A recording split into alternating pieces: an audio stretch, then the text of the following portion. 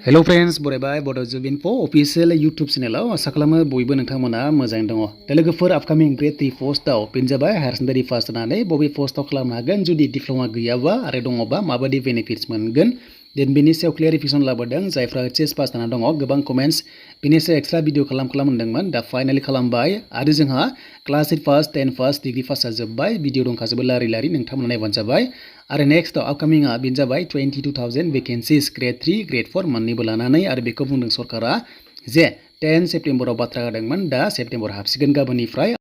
दा कुइसन paper download खालामनोबा बेयाव दङ नोंथांमोना लिंकखौ मोनगोन डिसक्रिप्शननिफ्राय डाउनलड खालामनानै प्रेक्टिस खालामनो हागोन आरो एग्जामा गासै बेसेबां मार्क्सनि जायो बेखौबो डिसकास खालामगोन दा लोगोफोर अफिसियेल नटिफिकेसना सेप्टेम्बर दान जानाय लोगो बेयाव रिलिज जागोन दा सरकारा बुंनाय बादिब्ला 10 सेप्टेम्बर होदोंमोन जेराव 22,000 वेकेन्सी ग्रेड 3 ग्रेड 4 मोन्नैखौबो लानानै 32 नंला जेरावहाय सिमा बुंफिनदोंमोन 22,000 होननानै देन बेनिफ्राय नेक्स्ट लेभेलाव आरोबाव फैबावगोन जेब्ला गोदान नोंथांमोना इयार मोनो अब्ला ओंखारबाय थागोन होनना बुंदों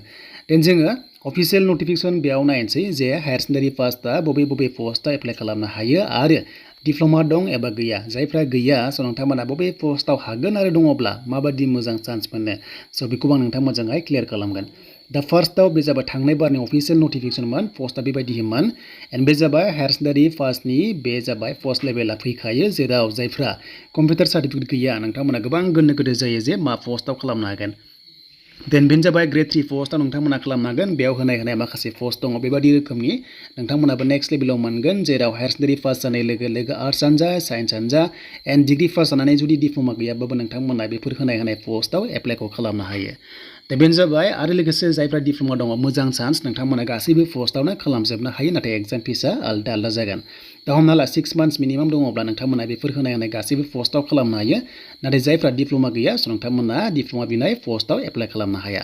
दा खोथाया जाहैबाय जायफ्रा सिम्पल वार्ड्सआव जायफ्रानोखि नोंथांमोनाहाय सार्टिफिकेट गैया डिप्ल'मा अब्लाबो नोंथांमोना बे पोस्टआव एप्लाइ खालामनो हागोन बेनो जाबाय जेराव हायार सेकेन्डारिनि ग्रेड 3 पोस्ट फैगोन आरो बेयाव नोंथांमोना एप्लाइ खालामनो हायो नाथाय काट अफआ गोजौ थांगोन मानोना बेयाव मेक्सिमाम स्टुडेन्टसा एप्लाइ खालामो जेराव बयनावबो डिप्ल'मा थाया बेखायनो बेयाव बांसिन काट अफ थाङो देन बेनिफ्राय नोंथांमोना मोजां एग्जाम होयोब्ला 100% साक्सेस जागोन आरो एग्जामा बेसेबां मार्क्सनि जायो होनोब्ला जों बेखौबो डिसकास खालामगोन बे जाबाय नोंथांमोननि ST नि बैसोआ जाबाय 18 निफ्राय 45 इयार्ससिम एन्ड लोगोफोर बे पोस्टआ 22,000 फैथारसिगोन सेप्टेम्बर दानावनो फैनायनि बाथ्रा होदों गभर्नमेन्टआ एन्ड बेयाव HS पास लेभेलाव नोंथांमोना ओरैबायदि चान्स ग्रेड 3 आवबो हागोन लोगोसे ग्रेड 4 आवबो नोंथांमोना एप्लाइ खालामनो हायो मोननै चान्सखौ मोनो जायफ्रानोखि हायार सेकेन्डारि पास एन्ड बेनिफ्राय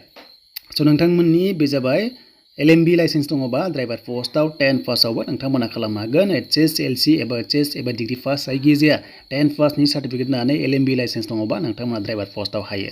एन्ड एग्जामा बेसेबां मार्क्सनि जागोन बेयाव गोबां गोनो जायो बेनो जाबाय 150 10 लेभेलनिफ्राय HS लेभेलसिम 150 नि एग्जाम जागोन आरो बेयाव काट अफ वाइसआवहाय नोंथांमोना साख्रिखौ मोनगोन 100 प्लास थांनांगोन काट अफआ स' बेखायनो नोंथांमोना जाहाथे मोजां नेक्स्ट लेभेलाव एग्जाम होयो आरो स' नोंथांमोना बे ADRE 2.0 आव जाहाथे नोंथांमोना मासिखौहाय लानो हायो स' बेनोमोन नोंथांमोननि माखासे क्लियारिफिकेसन भिडिअ जायफ्रानोखि हायार सेकेन्डारि पास जाना दङ नोंथांमोना एमप्लयमेन्ट एक्सचेन्जखौ जाहाथे आपडेट खालामना लायो HS पास खालामना लादो आरो सेप्टेम्बर जानाय लोगो नोंथांमोनाहाय एप्लाइ खालामदो आरो बे एमप्लयमेन्ट एक्सचेन्जखौ नांथारगोन आरो बेयाव नोंथांमोनाहाय आपडेट खालामनांगोन जुदि गोरोन्थि दङमोनब्ला स' बेनोमोन दिनैनि लेटेस्ट भिडिअ